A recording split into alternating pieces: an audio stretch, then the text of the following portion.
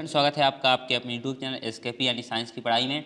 दोस्तों, आज हम पढ़ेंगे प्रतिबिंब की स्थिति और प्रतिबिंब कैसा होता है, यानी छोटा होता है, बड़ा होता है, प्रतिबिंब की स्थिति क्या होती है। तो दोस्तों, किसी अवतल दर्पण द्वारा बिंब की विभिन्न स्थितियों के लिए बने प्रतिबिंब। तो दोस्तों, एक सारणी आप देख सकते हैं जिसमें बिंब की स्थिति, प्रतिबिंब की स्थिति, प्रतिबिंब का साइज और प्रतिबिंब की प्रकृति दी हुई है। तो दोस्तों, अनंत पर अगर जो वस्तु रखी है, ये अवतल दर्पण के लिए दोस्तों, अगर जो वस्तु अनंत पर है तो प्रतिबिंब की स्थिति कहाँ होगी? फोकस पे होगी। अगर जो प्रतिबिंब का साइज अत्यधिक छोटा है, यानी बिंदु साइज है, क्या होगा? मतलब कि होगा, जब वस्तु दूर रहेगी दर्पण से तो जाहिर सी बात है कि उसका जो फिगर होगा छोटा होगा, तो इसीलिए अत्यधिक छोटा और बिंदु साइज होगा। और जो प्रतिबिंब की प्रकृति होगी दोस्तों, वो वास्तविक एवं उल्टा होगी। दूसरे में देखिए, सी से परे, यानी या सी से परे का मतलब क्या होता है? यानी अनंत से कर्वेचर के बीच। अगर जो वस्तु है अनंत से कर्वेचर के बीच, तो जो प्रतिबिंब होगी वो फोकस तथा कर्वेचर की बीच होगी। यानी फोकस और कर्वेचर, यानी कि जहाँ पे परावर्तन के पश्चात किरणें मिलती हैं उसे फोकस कहते हैं, आपको मैंने पहले ही बता चुका है। और कर्वेचर यानी कि जो उस गोले का, जो उस दर्पण का जो बीच वाला भाग होता है, जिस खोखले गोले का वो भाग होता है, जो उसका मिडिल पॉइंट होता है, उसे कर्वेचर कहते हैं, यानी उस दर्पण का वक्रता केंद्र। तो अगर जो अनंत और केंद्र के बीच है, अगर जो अनंत और वक्रता केंद्र के बीच में अगर जो बिंब की स्थिति है, तो प्रतिबिंब कहाँ बनेगी? फोकस था कर्वेचर के बीच। और छोटा बनेगी क्योंकि थोड़ा पास में आ जाएगा, मतलब कि अब पहले इतना छोटा नहीं बनेगा लेकिन फिर भी छोटा बनेगा। और वास्तविक बनेगा और उल्टा। तो दोस्तों, वास्तविक तथा उल्टा, अगर जो इमेज उल्टी है तो हमेशा वास्तविक रहेगी, ये मानकर चलिए आप लोग। तो दोस्तों, अब हम बात कर लेते हैं सेंटर और फोकस के बीच में रहेगी। अगर जो नहीं कर्वेचर पर है तो किस पे रहेगी? कर्वेचर पे ही प्रतिबिंब बनेगा। यानी कि अगर जो वस्तु वक्रता केंद्र पर है तो फिगर कहाँ बनेगा? वक्रता केंद्र पर। और जो साइज होगी क्या होगी? समान होगी। और वास्तविक तथा उल्टा। अब दोस्तों, अगर जो जो प्रतिबिंब है कर्वेचर और फोकस के बीच में है तो कहाँ बनेगी? सी से परे, यानी फोकस और मतलब कि अनंत और कर्वेचर की बीच। सी से परे का मतलब अनंत और कर्वेचर के बीच। विवर्धित और बड़ा, इसलिए बड़ा बनेगी क्योंकि बिंब जो है नज़दीक है, इसलिए बड़ा बनेगा। सो दोस्तों,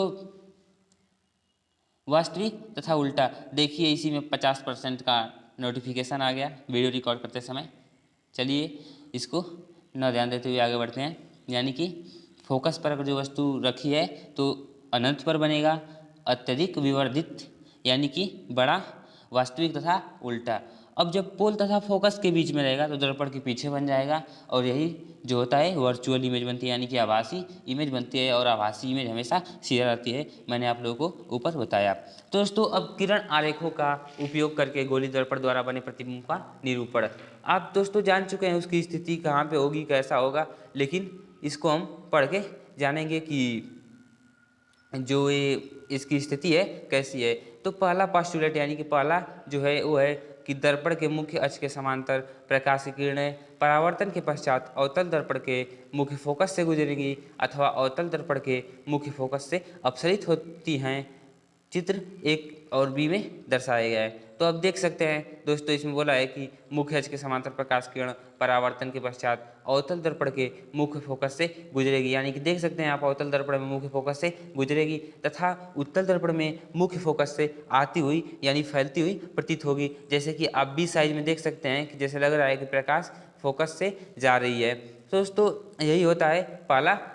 दोस्तों, अब दूसरा, अवतल दर्पण में मुख्य फोकस से गुजरने वाली किरण अथवा उत्तल दर्पण में मुख्य फोकस की ओर निर्देशित किरण परावर्तन के पश्चात मुख्य अक्ष के समांतर निकलेगी। तो दोस्तों, आप देख सकते हैं इसमें कि मुख्य अक्ष के समांतर किरणें निकल रही हैं, ए और बी दोनों में। दोस्तों, अवतल दर्पण के वक्रता केंद्र से गुजरने वाली किरण अथवा उत्तल दर्पण के वक्रता केंद्र की ओर निर्देशित किरण परावर्तन के पश्चात उसी पथ के अनुदिश वापस परावर्तित हो जाती है। तो दोस्तों, आप देख ही रहे हैं कि उसी क्या है वो परावर्तित हो जा रही है। यहाँ पे आप इस फिगर में ए और बी में देख सकते हैं। तो दोस्तों, यहाँ पे चौथा पोस्टुलेट है कि अवतल दर्पण चित्र अथवा उत्तल दर्पण चित्र के पी दर्पण का ध्रुव की ओर मुख्य अक्ष के तिर्यक दिशा में आपतित किरण तिर्यक दिशा में ही परावर्तित होती है, यानी कि जो किरण तिर्यक दिशा में उस पर आपतित होगी वो तिर्यक दिशा में ही परावर्तित होगी। दोस्तों, आपतित तथा परावर्तित किरणें आपतन बिंदु P पर मुख्य अक्ष के समान कोण बनाते हैं, वे परावर्तन के नियमों का पालन करती हैं। दोस्तों, आप जानते हैं कि मैंने आपको बताया था कि ये परावर्तन का नियम चाहे गोलीय दर्पण हो चाहे समतल दर्पण हो, हर जगह लागू होगा। दोस्तों, अब यहाँ पे दिया है कि अवतल दर्पण द्वारा प्रतिबिंब बनना, यानी कि अवतल दर्पण द्वारा प्रतिबिंब कैसे बनता है। तो ए से एफ में बिंब की विभिन्न स्थितियों के लिए अवतल दर्पण द्वारा प्रतिबिंब का बनना किरण आरेखों द्वारा दर्शाया गया है। यानी कि एग्जाम में पूछ भी सकता है किरण आरेख बनाकर दिखाइए, तो आप इन किरण आरेखों को तथा इसके पोस्टुलेट को याद रखेंगे तभी आप बना पाएंगे। तो दोस्तों, इसके बाद आप देख सकते हैं कि एक क्रियाकलाप है। क्रियाकलाप देखिए दोस्तों, हम एनसीईआरटी को फॉलो करते चल रहे हैं, इसीलिए हम क्रियाकलाप को भी देखेंगे। दोस्तों, 10.1 में दर्शाई गई बिंब की प्रत्येक स्थिति के लिए स्वच्छ किरण आरेख खींचिए। यानी कि जो मैंने आपको बताया कि किरण आरेख बहुत महत्वपूर्ण है, उसे आपको अपने कॉपी पे खींचकर देखना पड़ेगा ताकि आपको अच्छे से समझ में आए। दोस्तों, अब दूसरा है कि प्रतिबिंब का स्थान निर्धारित करने के लिए आप पूर्व अनुच्छेद में वर्णित कोई दो किरण ले सकते हैं। यानी प्रतिबिंब के स्थान को निर्धारित करने के लिए आप क्या कर सकते हैं, पूर्व अनुच्छेद में से पहले वाले में से वर्णित कोई दो किरण ले सकते हैं, यानी कोई दो किरण ले सकते हैं। दोस्तों, तीसरा दिया है अपने चित्रों की तुलना चित्र में दिए गए चित्रों से कीजिए। अपने चित्रों की तुलना चित्र 10.7 में दिए गए चित्रों की से तुलना कीजिए। तो दोस्तों, 10.7 में यानी कि जो 10.7 है फिगर, इसमें भी वह दिया है कि अवतल दर्पण द्वारा प्रतिबिंब का बनना दर्शाने के लिए किरण आलेख, यानी कि अवतल दर्पण में चित्र हमारा कैसा बनना है। तो उसी बात को कह रहा है कि अपने चित्रों की तुलना में दिए गए चित्रों से कीजिए, यानी इन चित्रों के द्वारा अपनी चित्रों की तुलना कीजिए। प्रत्येक दिशा में बनने वाले प्रतिबिंब की प्रकृति, स्थिति तथा अपेक्षित साइज का वर्णन कीजिए। अपने परिणामों को सुविधाजनक प्रारूप में सारणीबद्ध कीजिए। दोस्तों, यही थे क्रियाकलाप। इसे बहुत ज़्यादा कुछ पूछता नहीं है, लेकिन फिर भी आपके जानकारी के लिए मैंने बता दिया। दोस्तों, अब अवतल दर्पणों के उपयोग। तो दोस्तों, अवतल दर्पण के बारे में आप जान जाएंगे तो उसके उपयोगों को भी जान जाएंगे। जैसे कि अवतल दर्पण में परावर्तन के पश्चात सभी किरणें कहाँ मिलती हैं, एक बिंदु पर मिलती हैं। तो जाहिर सी बात है, टॉर्च से आप दूर तक तो देख सकते हैं। किस लिए? क्योंकि उसमें अवतल दर्पण लगा होता है। दोस्तों, टॉर्च में अवतल दर्पण जो आगे कांच लगी होती है वो नहीं होती है, जो गोल सा कटोरी सी होती है अंदर, वो उसका परावर्तक पृष्ठ कैसा होता है, अवतल होता है, जो प्रकाश को एक पास बिटोरता है, यानी कि एक प्रकाश अभिसारी करता है, यानी अभिसारण करता है उसका, जिसकी वजह से हमें दूर तक की वस्तुएं दिखाई देती हैं टॉर्च से, और साइड में ज़्यादा प्रकाश नहीं होता है। दोस्तों, अवतल दर्पण का उपयोग आप समझ चुके। दोस्तों, और भी होता है कि जो फ्लेमिंग भट्ठियाँ होती हैं उसमें भी प्रकाश को एक पास इकट्ठा किया जाता है, जिससे जानते हैं क्या होता है, जिससे यह होता है कि उसमें दहन की क्रिया होती है, यानी जलने की क्रिया होती है।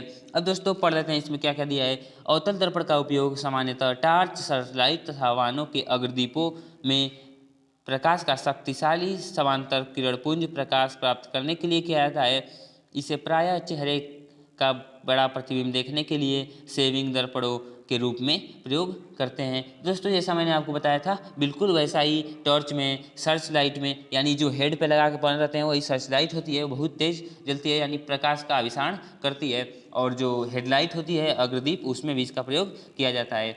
अब दंत विशेषज्ञ अवतल दर्पणों का उपयोग मरीजों की दांतों तथा प्रतिबिंब देखने के लिए करते हैं, और सौर भट्टियों में सूर्य के प्रकाश को केंद्रित करने के लिए, ये बताया आपको कि फ्लेमिंग के लिए यानी दहन के लिए किया जाता है। दोस्तों, अब उत्तल दर्पण द्वारा प्रतिबिंब का बनना। दोस्तों, उत्तल दर्पण द्वारा प्रतिबिंब कैसे बनता है, हम इसके बारे में जानेंगे। तो दोस्तों, हमने अवतल दर्पण द्वारा प्रतिबिंब बनने के बारे में अध्ययन किया है। अब हम उत्तल दर्पण द्वारा प्रतिबिंब बनने के बारे में अध्ययन करेंगे। 10.5 कोई, मतलब जो क्रियाकलाप है उसको देख लीजिए। कोई उत्तल दर्पण लीजिए, इसे एक हाथ में पकड़िए, दूसरे हाथ में एक सीधी खड़ी पेंसिल पकड़िए, कोई उत्तल दर्पण लीजिए, इसे एक हाथ में पकड़िए, दूसरे हाथ में एक सीधी खड़ी पेंसिल पकड़िए और दर्पण में पेंसिल का प्रतिबिंब देखिए। प्रतिबिंब सीधा है, उल्टा, क्या है, छोटा है अथवा विवर्धित, बड़ा है। तो दोस्तों जब आप इसकी प्रकृति को पढ़ेंगे, आप क्रियाकलाप करेंगे तो आप समझ जाएंगे। दोस्तों अब देखिए इसमें दिया भी है, पेंसिल को धीरे धीरे दर्पण से दूर ले जाइए, क्या प्रतिबिंब छोटा होता जाता है या बड़ा हो जाता है। क्रियाकलाप को सावधानीपूर्वक द्वारा ये बताइए कि जब बिंब को दर्पण से दूर ले जाते हैं तो प्रतिबिंब फोकस के निकट आता है अथवा उससे और दूर चला जाता है। दोस्तों उत्तल दर्पण द्वारा बने प्रतिबिंब का अध्ययन करने के लिए हम बिंब की दो स्थितियों पर विचार करेंगे, यानी दो स्थिति पर बस विचार करना है। पहली स्थिति है कि बिंब अनंत दूरी पर है तथा दूसरी स्थिति बिंब दर्पण से एक निश्चित दूरी पर है, यानी बिंब क्या है, जो वस्तु है वो क्या है, अनंत दूरी पे स्थित है। दोस्तों आप इसे फिगर याद कर लीजिए और यहाँ पे जो इसकी सारणी है उसे देखकर आप समझ सकते हैं। अगर जो वस्तु अनंत पर है तो फोकस पर दर्पण के पीछे, यानी फोकस पर दर्पण के पीछे क्या बनेगा, प्रतिबिंब बनेगी। दोस्तों प्रतिबिंब का साइज अत्यधिक छोटा बिंदु के साइज का, मैंने यही बताया कि जब वस्तु दूर होती है तो क्या होता है, उसका साइज छोटा होता है। दोस्तों आभासी तथा सीधा बनेगी। अनंत तथा दर्पण के ध्रुव के बीच P तथा F के बीच दर्पण के पीछे, यानी कि जब अनंत तथा दर्पण के ध्रुव के बीच रहेगा तो उसका कहाँ फिगर बनेगा, पोल तथा फोकस के बीच दर्पण के पीछे बनेगा, यानी दर्पण के पीछे। और कैसा बनेगा, छोटा, आभासी तथा सीधा।